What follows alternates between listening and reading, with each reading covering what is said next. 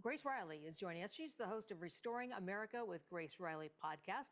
And April Chapman joins us as well. She works for the Project 21 think tank, and she's an ambassador there. So let me start with you, Grace. Do you think that Pratt has a chance? These numbers indicate yes. Yeah, the numbers absolutely do indicate that. And I think that what's really fascinating here is Pratt's approach, right? He's made the statement that, hey, this isn't about politics. The mayor should not be about politics.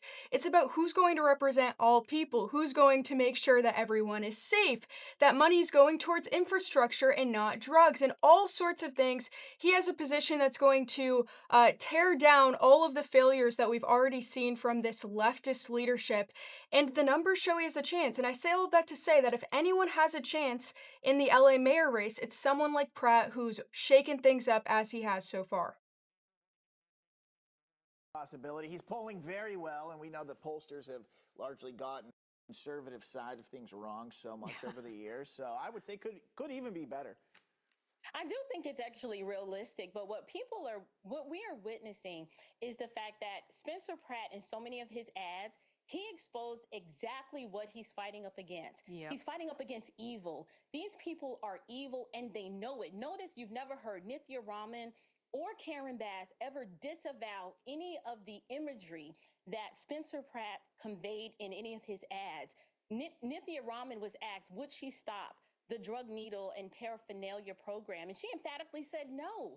These people, the city is working exactly as it's designed. This is what they want. All of the Hollywood elites who are endorsing this chaos that's being managed and not being ameliorated, it is functioning as designed. So Spencer Pratt actually represents the individual who sees evil for what it is. He's calling it out, and he is saying these people must be stopped. That's why he used the imagery of the Joker from Batman. The Joker was motivated by evil, and he enjoyed it.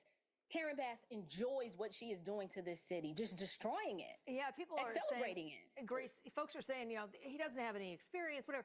I'm telling you, if the people with experience have been running it, then you don't necessarily want anyone with experience. You go to LA, and it's like areas, even in Beverly Hills, it's like a third world country. You're going by tent cities. I keep bringing this up all the time while we're having this conversation. Each year, LA basically allots for $1 billion to be spent on homelessness, and they got 40,000 plus here. You're talking billions and billions of dollars that has been thrown at something. And does nothing. And it does absolutely nothing. You want to talk about horrible financial taking care, being good stewards of taxpayer dollars. I mean, that's horrible. Horrible. That looks like a lot of countries that you go to that have nothing. I mean, you spend $1 billion a year on homelessness, it shouldn't look like that. No, and people clearly need medical help. But Grace, it seems like the folks in LA this election, they're looking at the homelessness, the affordability, all those quality of life issues, and possibly they're going to vote on it. But here's how Karen Bass describes what's going on in the City of Angels. Listen. Well, the LA that I grew up in, first of all, was a lot cleaner. There were not people sleeping on our streets. The city was actually affordable. You could rent an apartment, work part-time, and go to school. So it was a lot different. Our city is much more diverse than it was before, many more people. But unfortunately, the city isn't affordable now. And we do have people sleeping on our streets. So the city's more diverse. Grace, what's she saying? She is the mayor. If she's upset about that and it's changed so much, why isn't she fixing it? That's a great point. As the mayor, she's supposed to be providing solutions, and instead, we've seen nothing but poor policy, leadership, and otherwise that's further exacerbated and created these problems. Leftist failures in leadership and policy have created all of these problems. I mean, California being #1 in homelessness, as you just showed all of that imagery of, has not been fixed by what Mayor Bass has done or what Gavin Newsom has done with the state as a whole. What we need is someone who's going to actually provide solutions to fix this. Stop giving money to drug addicts. Stop creating a situation that reinforces homelessness, and actually do things to address the root causes, put the money towards things that will help, and fix the state. So she's illuminating her failures when she says that. Well, here's a thought, just enforce the laws.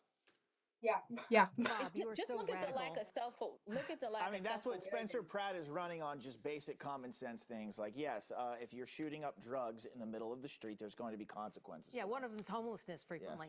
Yes. Yeah, well, they're choosing to be that way. All right, Grace Reilly, April Chapman, thanks so much for spending time with us this morning.